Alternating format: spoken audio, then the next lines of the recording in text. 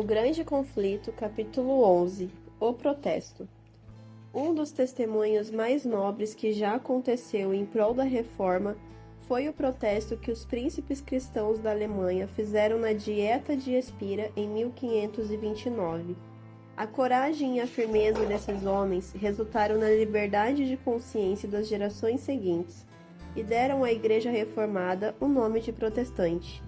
A intervenção divina vinha contendo as forças que se opunham à verdade. Carlos V estava determinado a esmagar a reforma, mas sempre que levantava a mão para golpeá-la, era forçado a dirigir o golpe para outra parte. Vez após vez, em momentos críticos, o exército turco aparecia na fronteira, ou o rei da França ou até mesmo o Papa guerreavam contra ele. Dessa maneira, em meio aos conflitos e tumultos das nações, a reforma foi deixada de lado para se fortalecer e espalhar. Finalmente, porém, os governantes católicos se uniram contra os reformadores. O imperador convocou uma dieta ou concílio para se reunir em Espira em 1529, com o propósito de acabar com as heresias. Como os métodos pacíficos haviam falhado, Carlos estava pronto para usar a espada. Os adeptos de Roma demonstraram abertamente sua hostilidade em relação aos reformadores. Melanchthon disse: "Somos aquilo que o mundo odeia e tenta afastar, mas Cristo olhará para seu pobre povo e o preservará." O povo de Espira estava sedento pela palavra de Deus, e apesar de ser proibido, milhares se aglomeravam nos cultos realizados na capela do eleitor da Saxônia. Isso fez a crise acontecer mais cedo. A tolerância religiosa já tinha sido estabelecida por lei, e os estados nos quais a reforma era forte resolveram se opor a qualquer restrição de seus direitos. No lugar de Lutero estavam seus cooperadores e os príncipes que Deus havia levantado para defender sua causa. Frederico da Saxônia havia morrido, mas o duque João, seu sucessor, havia recebido a reforma com alegria e demonstrava grande coragem. Os padres exigiam que os estados que haviam aceitado a reforma se sujeitassem à jurisdição romana. Os reformadores, por sua vez, não podiam consentir que Roma readquirisse o controle sobre as terras que tinham recebido a palavra de Deus. Por fim, propôs-se que, onde a reforma não havia sido estabelecida, o Edito de Worms fosse colocado em vigor, e, onde os habitantes não se conformassem com ele sem perigo de revolta, deveriam pelo menos não introduzir nenhuma reforma nova, nem se opor à celebração da missa e não permitir que nenhum católico romano aderisse ao luteranismo. Essa medida foi aprovada no concílio para a grande satisfação dos padres e oficiais da Igreja. Se esse edito fosse colocado em prática, a reforma não poderia se ampliar, nem se estabelecer em alicerces sólidos onde já existia. A liberdade seria proibida, não haveria permissão para ninguém se converter, a esperança do mundo parecia prestes a se extinguir. Os evangélicos olhavam uns para os outros com grande desânimo. O que podemos fazer? Os líderes da reforma devem se sujeitar e aceitar o edito? Os príncipes luteranos receberam a garantia do livre exercício de sua religião. O mesmo privilégio foi estendido a todos os seus súditos que haviam aceitado os pontos de vista reformados antes da aprovação do edito. Isso não deveria satisfazê-los? Felizmente, eles olhavam para o princípio sobre o qual esse acordo se baseava e agiram pela fé. Qual era o princípio? Era o direito de Roma de forçar a consciência e proibir o livre estudo. Mas eles e seus súditos protestantes não desfrutariam liberdade religiosa? Sim, mas como um favor especialmente concedido no acordo, não como direito. Se aceitassem o arranjo proposto, estariam praticamente admitindo que a liberdade religiosa deveria se confinar à Saxônia reformada, e para o restante da cristandade, o livre estudo da Bíblia e a profissão da fé reformada seriam crimes punidos com a masmorra e a fogueira. Consentiriam em restringir a liberdade religiosa a determinados locais? Os reformadores seriam capazes de afirmar que eram inocentes em relação ao sangue de centenas e milhares que precisariam abrir mão da própria vida em terras católicas em decorrência do acordo? Rejeitemos este decreto, disseram os príncipes. Em questões de consciência, a maioria não tem poder. Proteger a liberdade de consciência é dever do Estado, e esse é o limite das autoridades em questões religiosas. Os governantes católicos se determinaram a acabar com aquilo que chamaram de ousada obstinação. Os representantes das cidades livres foram solicitados a declarar se aceitavam os termos da proposta. Eles pediram um adiamento, mas isso foi recusado. Quase metade se posicionou ao lado dos reformadores. Sabendo que essa decisão os marcava para condenação e perseguição futura, um deles disse: ou negamos a palavra de Deus, ou seremos queimados.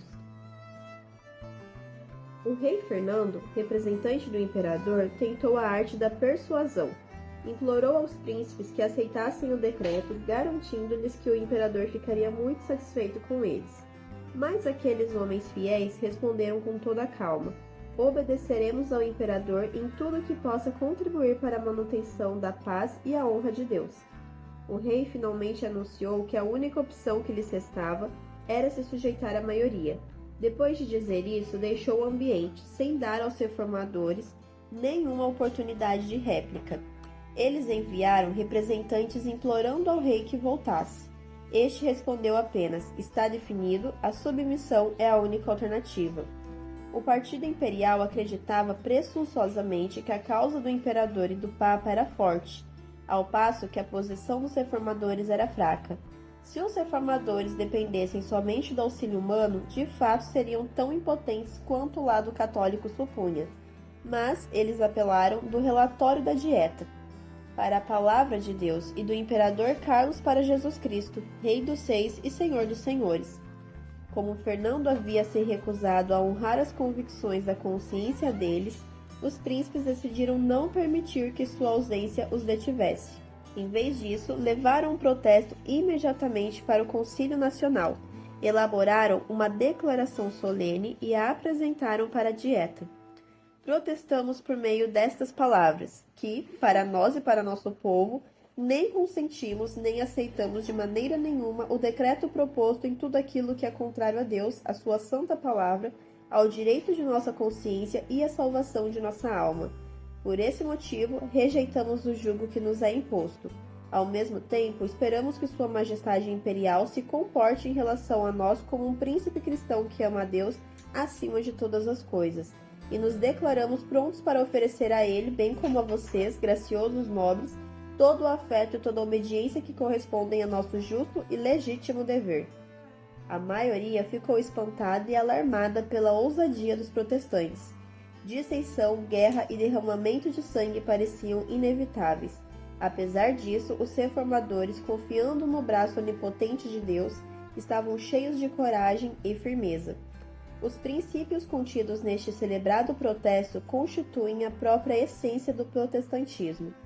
O protestantismo coloca o poder da consciência acima do governo e a autoridade da palavra de Deus acima da igreja visível. Diz: assim como os profetas e apóstolos, é preciso obedecer antes a Deus do que aos homens. Na presença da coroa de Carlos V, ele exalta a coroa de Jesus Cristo.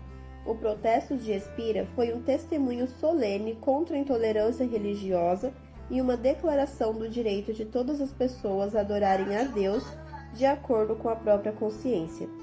A experiência desses nobres reformadores contém uma lição para todas as eras que viriam. Satanás continua se opondo às Escrituras como guia para a vida. As pessoas de nosso tempo necessitam retornar ao grande princípio protestante, a Bíblia e a Bíblia somente como regra de fé e do dever.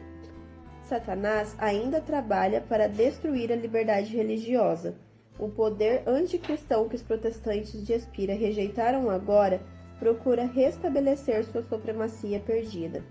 O rei Fernando negou uma audiência aos príncipes evangélicos, mas, a fim de silenciar as dissensões que estavam perturbando o império, no ano seguinte ao protesto de Espira, Carlos V convocou uma dieta em Augsburgo. Ele anunciou que tinha a intenção de presidi-la pessoalmente e convocou os líderes protestantes. Os conselheiros do eleitor da Saxônia insistiram para que ele não comparecesse à dieta.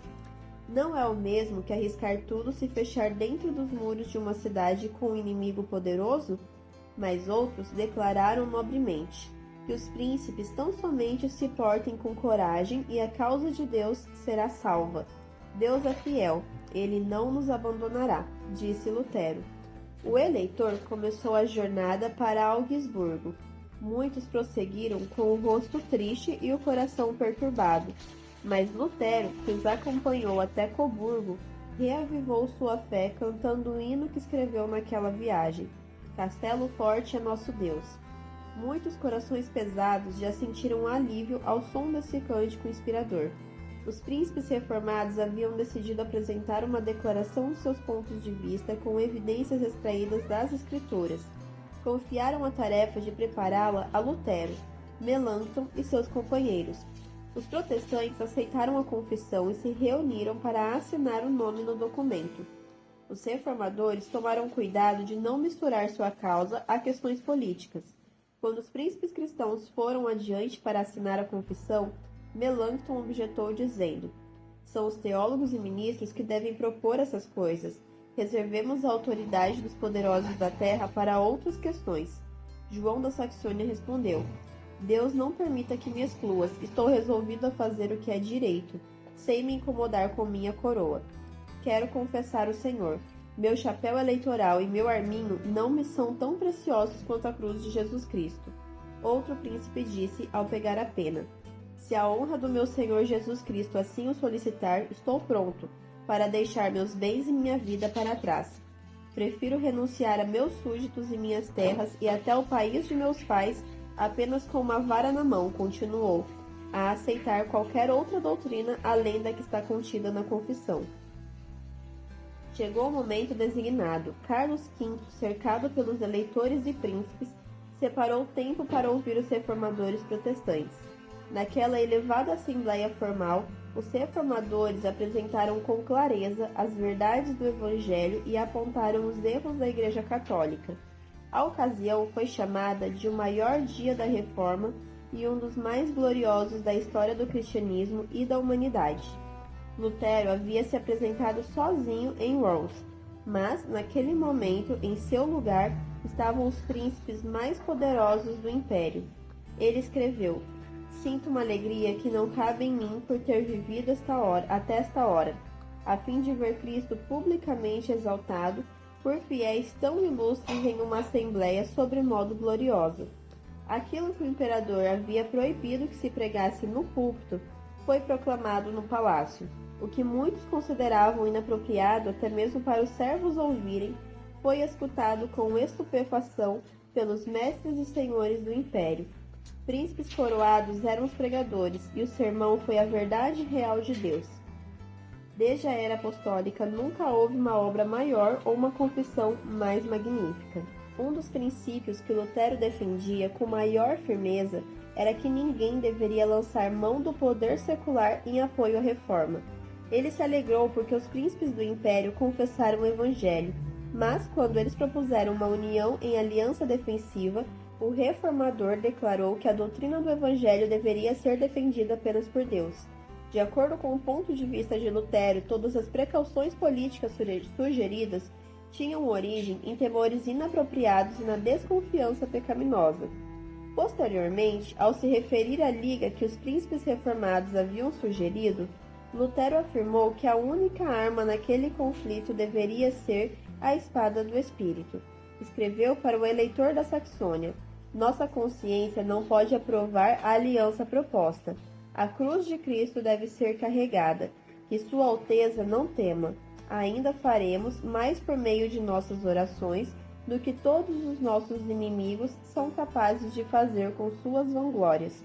Do local secreto de oração vinha o poder que abalou o mundo da reforma. Em Augsburgo, Lutero não passava um dia sem dedicar no mínimo 3 horas à oração. Na privacidade de seu quarto, ele era ouvido derramando a alma perante Deus em palavras cheias de adoração, temor e esperança. Para Melanchthon, escreveu: se a causa é injusta, abandone-a. Se a causa é justa, por que desonrar as promessas daquele que nos manda dormir sem medo? Os reformadores protestantes edificaram sobre Cristo, as portas do inferno não conseguiriam prevalecer contra eles.